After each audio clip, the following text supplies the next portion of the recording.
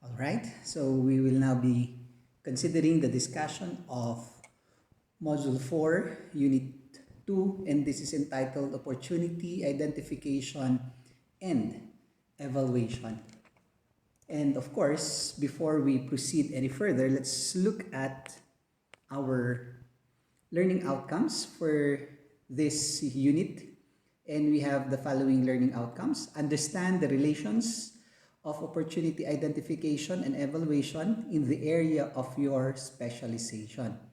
So our goal in this course is for you to be able to relate your field of specialization, whether you are taking a pharmacy or engineering or whatever course you are enrolled in, to become a future entrepreneur. And then two, comprehend the role of opportunity seeking competency and opportunity recognizing mindset in business ideation. And three, use the approaches in identifying business opportunities.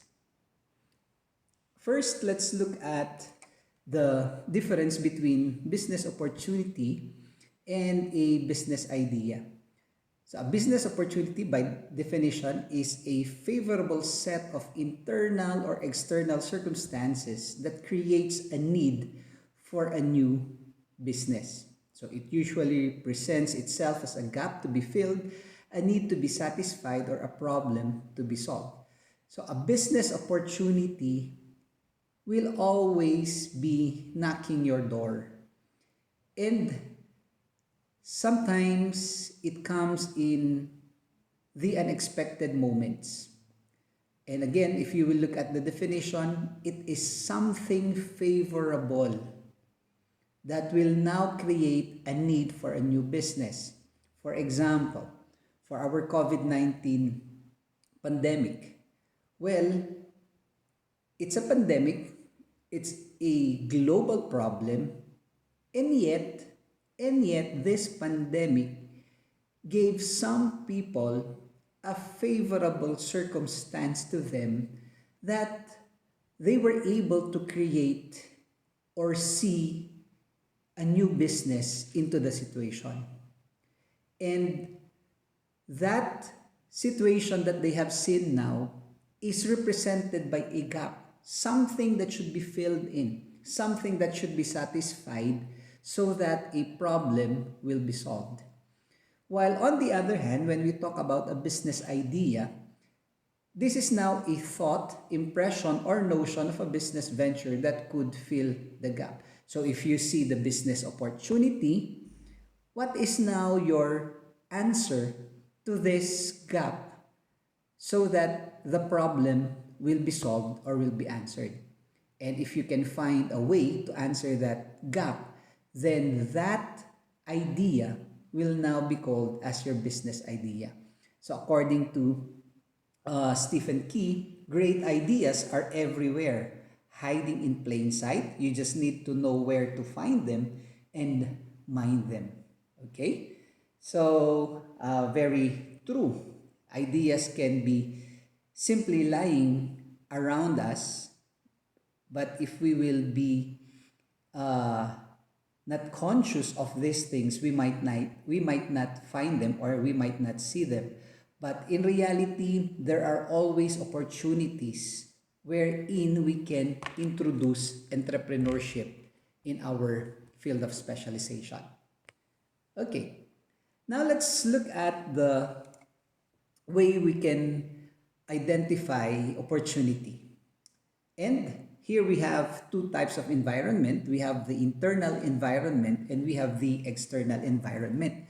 So the internal environment is scanning your internal environment to search for business ideas. So as the enterprise is not yet existing, the internal environment that you will scan will be yourself. So it will be within you, within your field of specialization, as a pharmacist, as an engineer. Okay? Thus, for the internal environment, what we want to cultivate or what we want to analyze is what is really my passion? What are my skills? What are my talents? What are my hobbies? Oh, you might be thinking, oh, including hobbies. Yes, definitely. Did you know that many entrepreneurs are successful because the business that they have engaged in is their hobby? And it's really different when you are doing something that you enjoy. A very good friend of mine, you know very well that I love cycling. A very good friend of mine who is also part of my cycling buddies made uh, his hobby of cycling his business. And do you know that here in Baguio, he now has the most active, maybe the biggest, the busiest cycling shop. So imagine his hobby turned to be his business. So business ideas may sprout within you. So please do not disregard these things: your passion, your skills, your talents, and your hobbies. These may be opportunities for you to have your own business idea. And if we have our internal environment, we also have our external environment. For the external environment, identify business ideas through an analysis of the current situation in the external environment. So, if earlier you have looked at what is within you, you now look at things surrounding you. And one very important thing that you will need to observe is the trends going around you. Trends can create opportunities for entrepreneurs to pursue. Okay.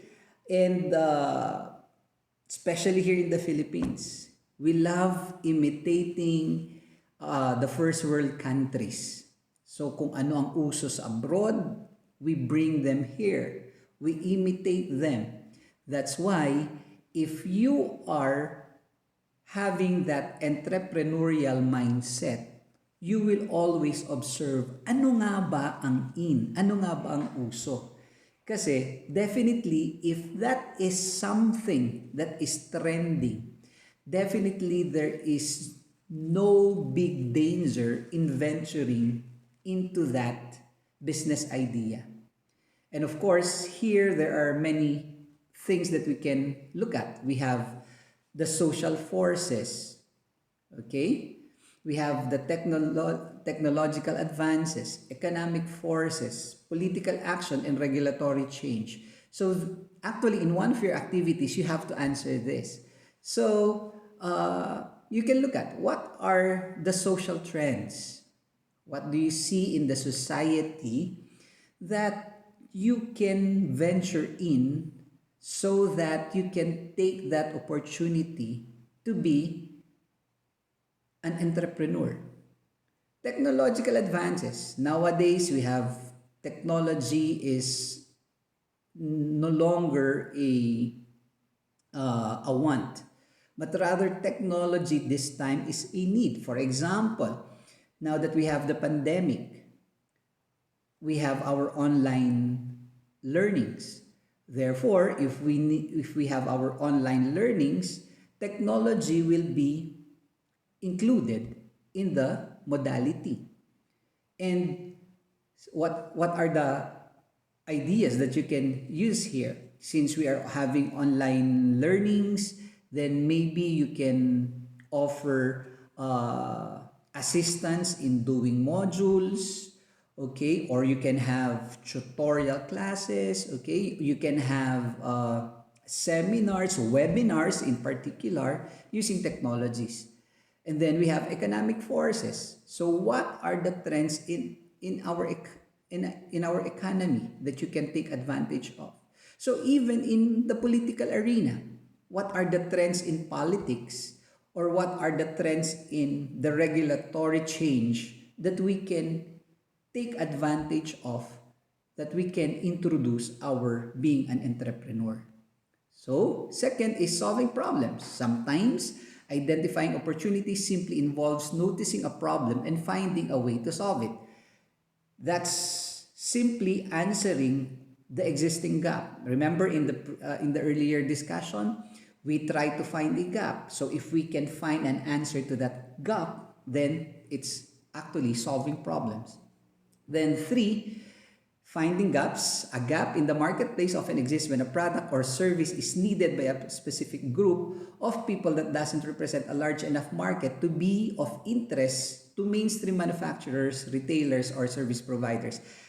So earlier we have already mentioned about gaps. But this time, we now find gaps wherein, look at how this was defined. We now look at gaps wherein the mainstream manufacturers, the retailers, or the service providers does not take notice of. So we now take advantage of that. So let's say we have a group of people in need of a certain product, and yet these big companies don't mind this group of people, because maybe for them involving their company in that venture will not really have a big impact in their company.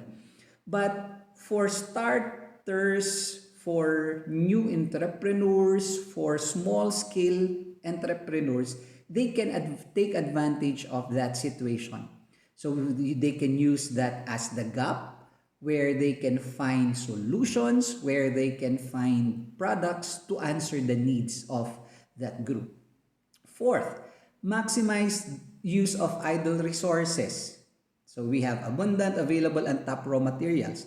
Why is this very important? Because if you can maximize idle resources that you can use as you venture in your proposed business, then it will be to your advantage. Why? Because the cost will be minimal. Sometimes the cost would even be free.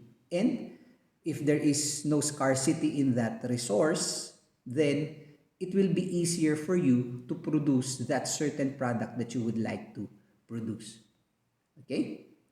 And then, let's look at the opportunity evaluation. So under opportunity evaluation, a critical element of opportunity recognition is assessing to what extent an opportunity is viable in the marketplace.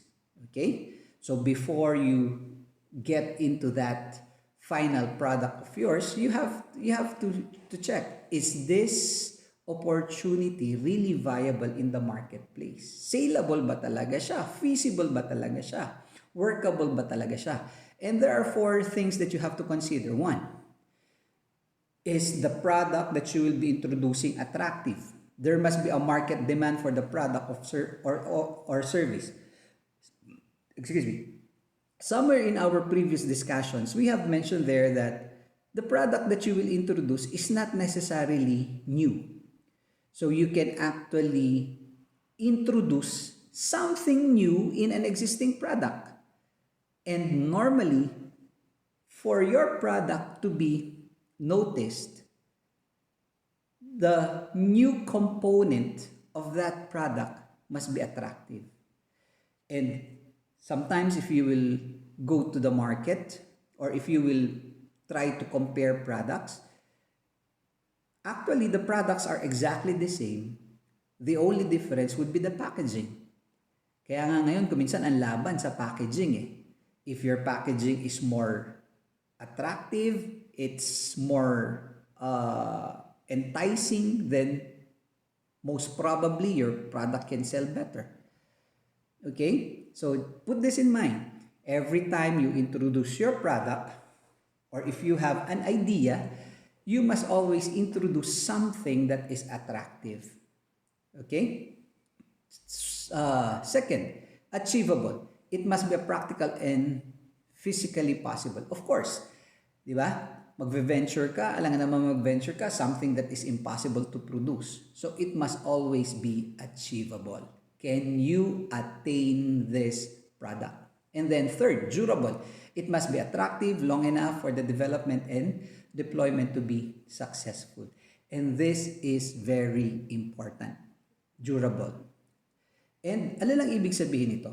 Ang ibig sabihin lang naman nito is, when we try to produce our product, it must not be second-class product. Meaning, dapat kung meron ng existing product na ipapattern natin yung gagawin nating produkto, then our product must surpass the quality, the durability, or the standard of that existing product.